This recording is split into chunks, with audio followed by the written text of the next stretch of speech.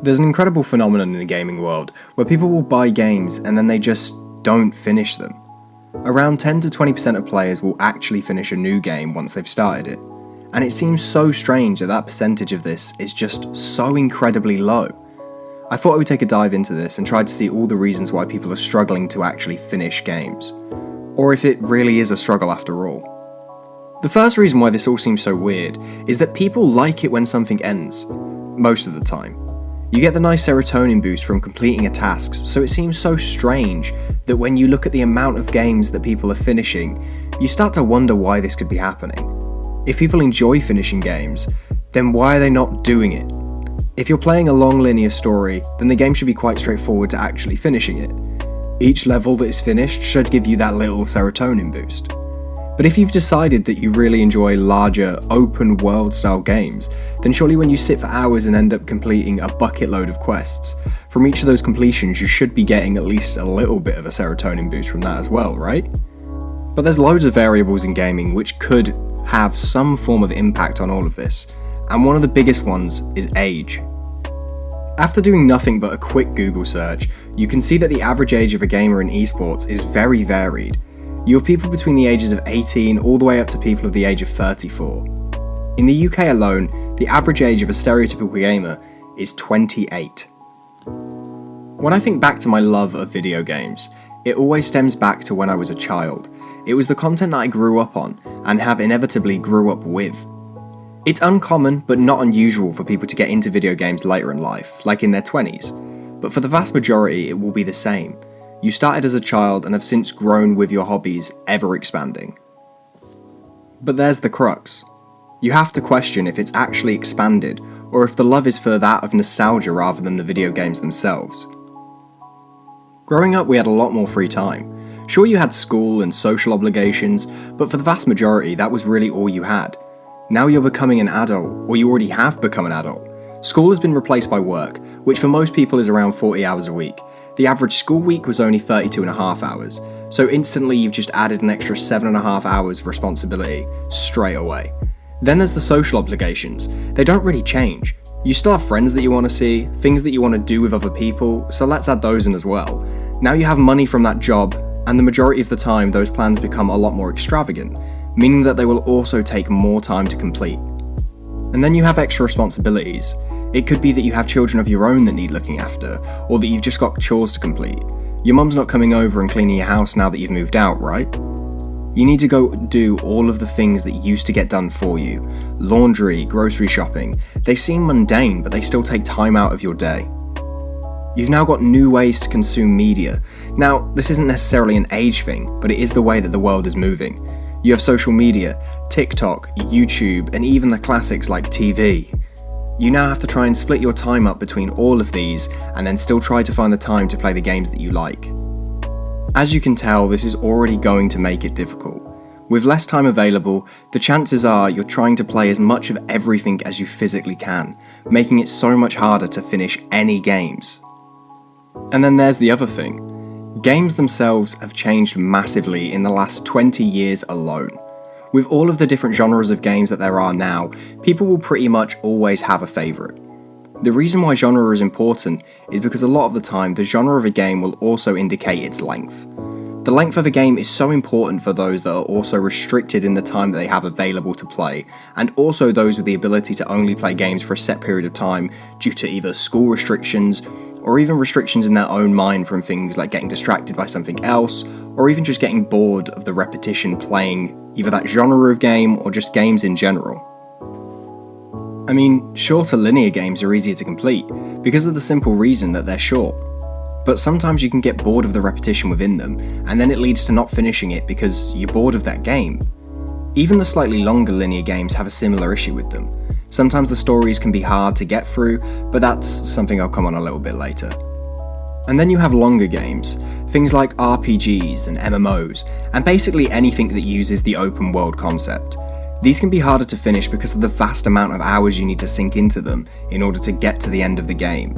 Even if you are only really planning on doing the main storyline for these games, sometimes it can take anywhere between 30 and 40 hours, and that's an entire working week spent on a singular story.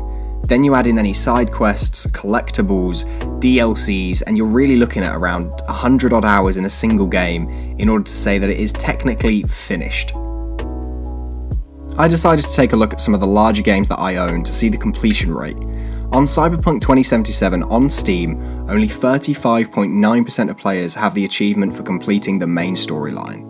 On The Witcher 3, only 24.5% of people have the same achievement. But even on the smaller linear games, like Resident Evil Village, only 37.8% of players have the achievement for completing the game on its standard difficulty. Now, I'm not personally a completionist, but I know quite a few people that are. These people will spend so many hours trying to get everything inside of a game done, and that can be an extremely daunting task. But more on that in another video. But now, since the boom of the internet and multiplayer taking over, there's also a new type of game that has appeared in more recent years that started to take over the general population, especially those that are older. Games that you can simply just drop in and out of. These are games like Overwatch, Fortnite, Phasmophobia, Chivalry, Call of Duty. Now, I know that Call of Duty does have a campaign, but it's incredibly short for the main reason being that most people will play it for the multiplayer or for Warzone, and that's where the drop in and out kinda comes in. These are games that don't really have an end. Sure, you have goals that you can achieve in them, but it doesn't mean that they're going to end once you finish them. You can continuously play the same gameplay loop over and over again, but in smaller chunks. This is becoming more favourable due to the lack of time that most gamers actually have available right now. And because they can't really be finished, it means that there is no end, so you can never really tick that off of your list. That whole serotonin boost I was talking about earlier on in the video, you'll get that from finishing a game. So is there really much point in jumping into a bigger game that you're going to struggle to complete if you can get the same satisfaction from a smaller form factor like a team deathmatch in Call of Duty, where that will only take around 8 minutes? With the fact that most people have different genres of video games that they enjoy, means that all games are going to be different for every single person.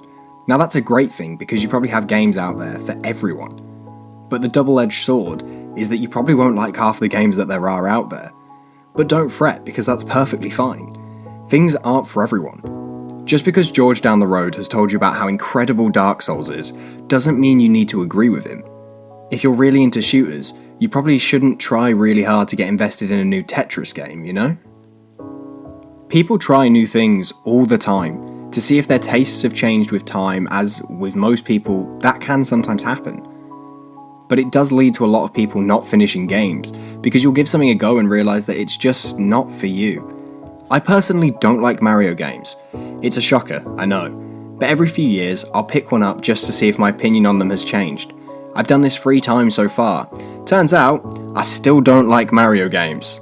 Except for Mario Kart, but I feel like that's kind of acceptable.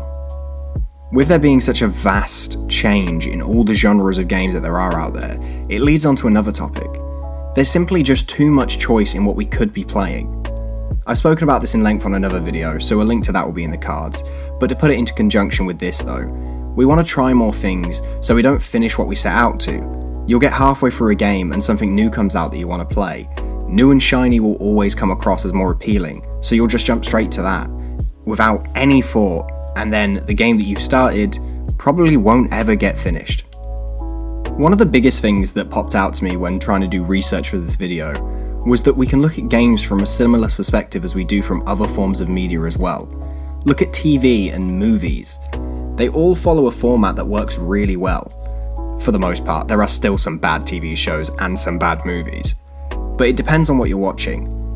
This is mainly because they are carefully designed to be this way. They have hooks in the places that they need to be. This is to keep the consumer involved. They have cliffhangers and all other bits that make TV great. The thing with this is, they have the same sort of things in games, but the way they are played is completely different. Even in a linear-based game where you're following on with a story, the chances of you going through at the pace designed is going to be off. Maybe you died 12 times in the space of 30 minutes. Maybe you've saved the game, turned it off with the intention of coming back later that night, and then not picked it up for another week. But the pacing will then be off, making the story harder to follow and harder to be more involved in. Although the story is essentially the same, the way that we consume the content is different from how people consume other forms of content. You don't usually get halfway through an episode on TV, then ignore it for 3 days before you come back to it. And I think that this is one of our personal issues with games. as a whole. You can also just look at it from the point of the fact that some games are just too hard. And it's not necessarily an issue from the development side of things. There are some gamers that love a challenge. Look at the incredible amount of people that love From Software games. The love for Elden Ring is incredible, and that game is just horrifically difficult. If the game is too hard from a skill base, it can be difficult to get into because some people just don't have the time to invest in learning the skills in order to beat the game.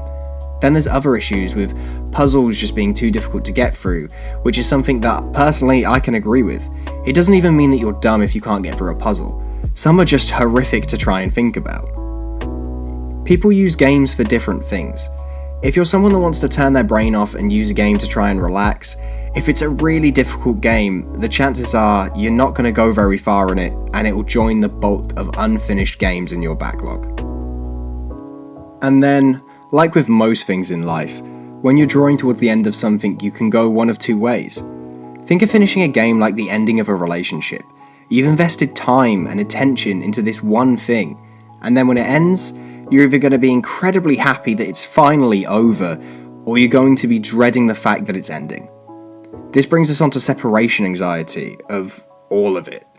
This is usually a lot more prominent in the longer style of games, like your MMOs and your larger scale RPGs. I've personally had this with quite a few games, and it can sometimes be a real struggle to overcome. I've only completed the main story of Elder Scrolls Oblivion the night before Skyrim was released, despite playing the game for years and having multiple different playthroughs, because it always just seemed a shame for me to let it end. And whilst we're talking about endings, if you feel like there's anything that I've missed, please let me know down below in the comments. If you've enjoyed the video, leave a like and sub to the channel, it really does help me out. Have a good one, and take it easy.